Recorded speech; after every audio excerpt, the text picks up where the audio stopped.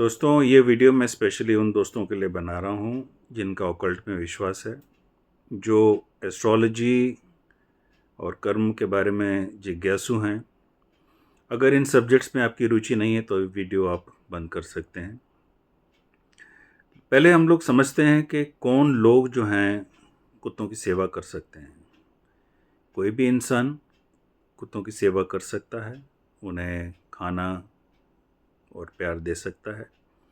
लेकिन कुछ चुनिंदा लोग हैं जो कि किसी भी कुत्ते के पास जा सकते हैं। अधिकतर किसी भी पशु के साथ उन्हें घात नहीं होती है। अगर एस्ट्रोलॉजी के हिसाब से आप समझें तो अगर आपके लग्न में यानी कि फर्स्ट हाउस में अगर केतु है तो ये एक तरीके का आपका पिछले जन्मों का ऋण है जिसको आपको चुकाना है। ऐसे लोग अधिकतर स्पिरिचुअल होते हैं और पिछले कर्मों के हिसाब से उन्होंने शायद जानवरों के साथ अच्छा व्यवहार ना किया हो, इसलिए इस जन्म में ऐसे लोगों को सेवा मिलती है। दूसरे जो सेवा और घात, ये दो चीज़ें प्लीज़ मान के चलिए। अगर आपके केंद्र में या लग्न में केतु है तो इसका यह मतलब नहीं कि आप किसी भी जानवर को अप्रोच कर सकते हैं। आप उनकी सेवा कर पाएंगे जो आपको एक्सेप्ट करेंगे। लेकिन अगर आपके 8वें ग्रह घर में या 8वें भाव में गुरु बृहस्पति का वास है तो आप ये समझ लीजिए कि आपको ऊपर से एक आशीर्वाद मिला है कि आपको किसी भी तरह का संकट या परेशानी से आपको बचाव मिलेगा। जब आप किसी खूंखार जानवर को अप्रोच करते हैं तो ये जो 8वें घर का गुरु या बृहस्पति है ये आपकी रक्षा करता है और इसके लिए ज़रूरी है कि आपके कर्म साफ हों। तो जब हम माइथोलॉजी में या एस्ट्रोलॉजी से इस चीज़ को आंकते हैं तो इसका ट्रांसलेशन इस हिसाब से बनता है कि पशुओं की सेवा करने का जो सुख है वो कुछ कम लोगों को ही मिलता है और इसलिए भी मिलता है कि उनके कर्मों का कुछ हिसाब रहता है जिसके बाद उनके मोक्ष का रास्ता खुलता है। तो हमें आज के जो शहरीकरण और न्यू एज के हिसाब से क्या करना है? कुछ नहीं करना है। हमें कर्म पर अपना ध्यान देना है। अगर हमारे कर्म अच्छे होंगे, बचपन में जवानी में कई गलतियां हम लोगों से होती हैं, लेकिन जैसे चेतना आती है, अगर हम अपने कर्म साफ रखें तो उसके फल भी हमें, क्योंकि कलयुग है तो हमें इस युग में ही और इस जन्म में ही वो भुगतने को मिलेंगे। कोशिश ये है कि ये जो जन्म मृत्यु का चक्र है इससे मुक्ति मिल जाए, जिसे हम निर्वाण कहते हैं।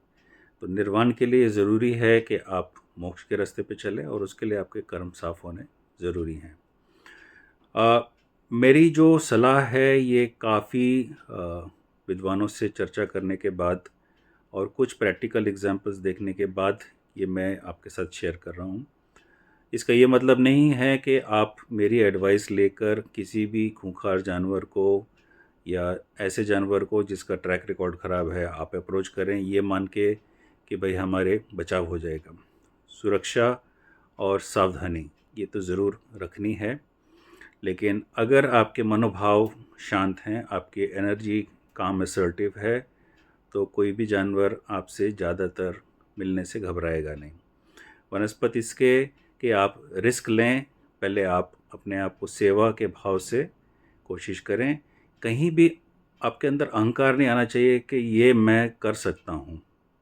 आप वही कर सकते हैं जिसका लाइफ पाथ चुना गया है ईश्वरीय शक्ति के द्वारा। और इसके अलावा अगर आप अहंकार में, ओवर कॉन्फिडेंस में कुछ काम करेंगे तो एक हमारे जो न्यायाधीश हैं शनि, वो आपको ज़रूर इसका फल देंगे। शनि भी यही कहते हैं कि अपने कर्मों को साफ रखिए, क्योंकि कर्म फलदाता शनि हैं।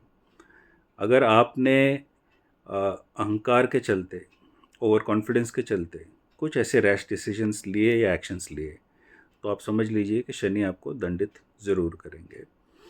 बहरहाल वापस चलते हैं उस टॉपिक पे जिस पे हम चर्चा कर रहे थे, वो ये है कि कौन लोग हैं जो सेवा कर सकते हैं। तो केंद्र का या लग्न का केतु आपको और केंद्र का शनि ये आपको सेवा का मौका देता है, और 8वें घर का बृहस्पति आपको ये बचाव देता है कि आपके ऊपर कोई अटैक या दुर्घटना या नुकसान नहीं होगा।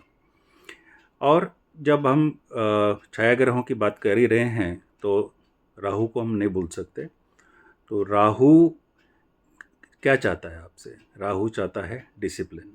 राहु चाहता है कि आपको बहुत कुछ मिले, बहुत ज़्यादा मिले, बहुत जल्दी मिले, लेकिन अगर आपके अंदर डिसिप्लिन या अनुशासन नहीं है तो आप वो चीज़ हासिल नहीं कर पाओगे।